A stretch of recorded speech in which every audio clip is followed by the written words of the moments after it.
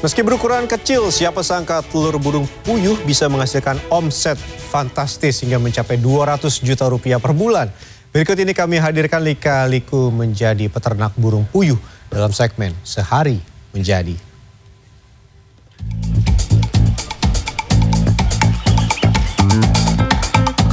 Nih, tuh gue kasih dah, buat lo dah. Tuh banyak tuh. Ini kelihatan biasa, ini yang paling parah.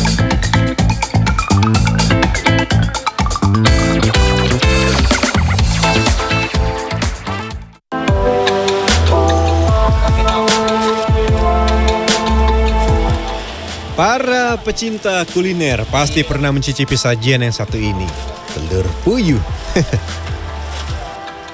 Ada beragam olahan dari telur berukuran kecil ini. Salah satu yang familiar, ya ini nih, direbus dan dijadikan sate sebagai menu pendamping bubur ayam. Selamat datang di segmen Sehari Menjadi. Bubur memang nggak pernah salah ya kalau buat memulai hari. Dan favorit saya pakai topping tambahan, salah satunya telur burung puyuh. Makannya enak. Bumbunya mantap. Mantap bang. Tapi gimana ya kalau kita memelihara burung puyuh sampai jadi telur seperti ini? Saya habiskan sarapan saya dulu. Kalau tadi kita cuma tahu makannya doang, kali ini kita harus dia mau terbang. Memelihara burung puyuh ini sampai dia bertelur. Udah diam di sini, jangan gerak-gerak. Nah, ini telurnya. Oke, let's go, my bro. Kita bersihin kandang dia dulu. Ayo, betah dia di samping saya. Lele terbang. Masuk kandang dulu. Kali ini saya berada di Kecamatan Tajur Halang, Kabupaten Bogor, Jawa Barat. Disinilah salah satu pusat bibit pemeliharaan telur dan pembesaran burung puyuh. Ada 3 kandang besar berisi burung puyuh dengan total lebih dari 30.000 ekor. Kesibukan setiap pagi, dimulai dari sini, pembersihan kandang. Bila kandang tidak dibersihkan 2 kali sehari, burung puyuh bisa sakit dan mati. Nggak dibuat-buat nih, tapi serius. Mantap. Gimana nih? Bau tidak sedap ini berasal dari kotoran puyuh, sebab pakan berprotein yang tidak dapat dicerna dengan sempurna menjadikan kotoran yang keluar masih banyak mengandung protein, sehingga menimbulkan bau menyengat. Hidung masih belum kebiasa.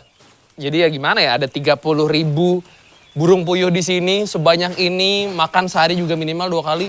Jadi smellsnya kencang. Jadi di telur puyuh yang nikmat ini ada perjuangan, padahal baru mulai. Semangat, Beh!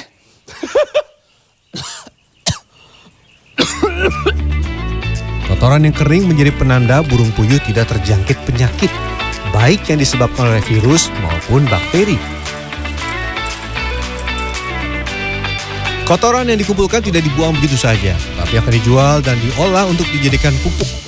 Setelah bersih dari kotoran, kandang akan diinfeksi dengan cairan khusus sekali dalam sepekan. Tujuannya agar puyuh tetap sehat dan mencegah penularan penyakit. Jadi polanya kalau di peternakan ini tuh pertama kali kita bersihkan kandang, habis itu setelah bersih kita desinfektan, habis desinfektan kita akan lakukan pengecekan. Sekalian lihat juga nih kira-kira mana aja nih si burung puyuh yang tidak fit, akan kita pisahkan.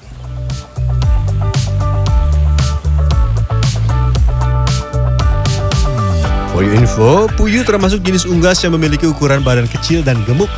Meski masuk dalam kelas burung, puyuh bisa berlari sekaligus terbang. Namun, jarak tempuhnya tidak jauh. Ketika proses disinfeksi, kami juga mengecek burung mana yang sedang sakit. Kayak kejedot. Dia di sininya tuh. Kayak benjol gitu dia. Harus dipisahin. Mana ya tadi ya? Lupa kandangnya, Bang. Ini. Oke. Ini, sabar. Ya jatuh. Udah sakit jatuh lagi. Ini matanya, aduh kesian banget ya.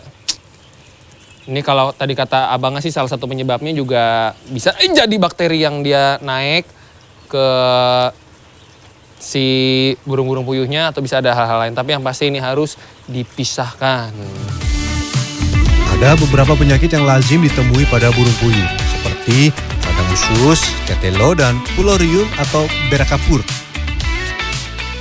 ada beberapa ciri-ciri dia sakit ya. Ada yang walaupun matanya bengkak gitu tuh, dia masih bisa aktivitas, dalam arti masih lincah. Tapi ada juga yang seger, dari fisik normal tapi dia lesu, kayak ogah-ogahan makan, nah itu tuh.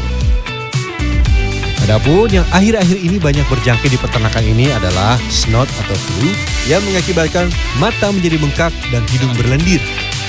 Penyakit ini biasanya disebabkan kondisi kandang yang terlalu lembab karena cuaca atau bakteri dari kotoran puyuh yang naik ke kandang. Puyuh yang sakit harus segera dipisahkan atau masuk ke ruangan karantina. Jangan lupa tambahkan kandungan herbal seperti jahe, temulawak, serai, dan vitamin C. Minumnya ya Bang ya. Ini minum yang dikasih dengan obat harapannya sih ketika dia sakit seperti ini nih, matanya tuh kan nanti bisa normal seperti ini. 2 mingguan ya, oh ini parah banget nih, ini parah banget, ini yang paling parah nih. Oke, makan dulu ya. Mas bro, waduh lemes banget nih, ntar dulu nih. Bisa lihat deh tuh, sampai lemes gitu. Ini tidur atau sakit Bang ini? Sakit ya, bukan tidur ya. Dia palanya tuh ke bawah gitu tuh. Saat ini setidaknya ada 200 ekor burung puyuh dalam kondisi tidak fit. Tapi lebih dari setengahnya sudah hampir pulih 100%.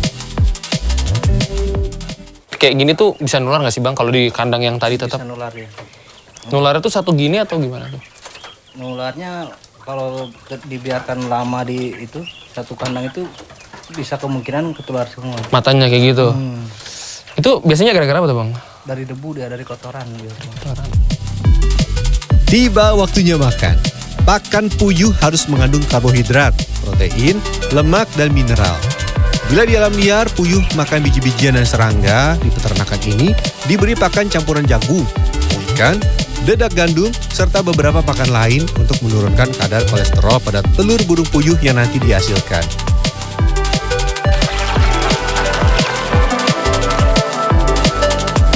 Di tempat ini ada 2 jenis puyuh yang membutuhkan takaran makanan berbeda. Ini puyuh petelur dan pedaging. Pakan puyuh pedaging lebih banyak mengandung protein dan energi metabolisme dari dedek agar bobot tubuhnya meningkat. Sedangkan petelur lebih banyak protein untuk mempercepat proses produksi telur. Puluhan jenis puyuh tersebar di berbagai belahan dunia. Di Indonesia, rata-rata peternak mengembangbiakan 3 jenis puyuh petelur komersial. Ini puyuh blaster, autumn, dan lokal. Sedangkan di peternakan ini memelihara 1 jenis saja, blaster. Sebab puyuh blaster memiliki ukuran telur yang lebih besar dan cocok dijual kiloan. Sedangkan penjualan butiran berasal dari burung puyuh komersial jenis lain. Satu sangkar dihuni 200 ekor puyuh. Rata-rata akan bertelur sampai 190 butir setiap hari.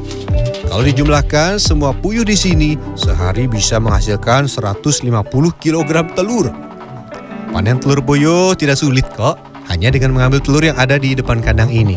Namun bagian rujing telur harus diletakkan di bawah. Tujuannya agar bagian rongga udara yang berada di bagian telur yang membulat tidak rusak selama proses panen. Ya,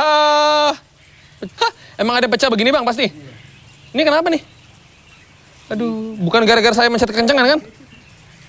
Aduh, memang udah ada yang rusak.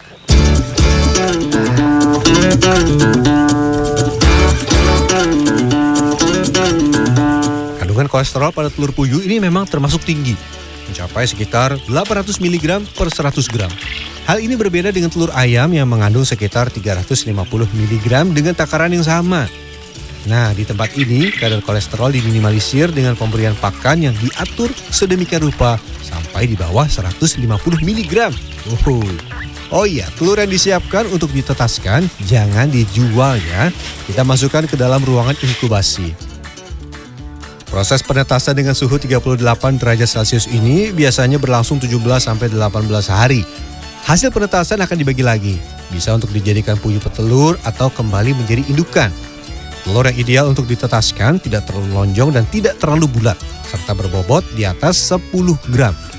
Pembelian telur puyuh juga bisa dilakukan di tempat ini. Per kilogram dibanderol Rp40.000 dengan jumlah mencapai 90 butir. Meski baru berdiri 4 tahun, tempat ini sudah memiliki omset fantastis Rp200 juta setiap bulan. Wow.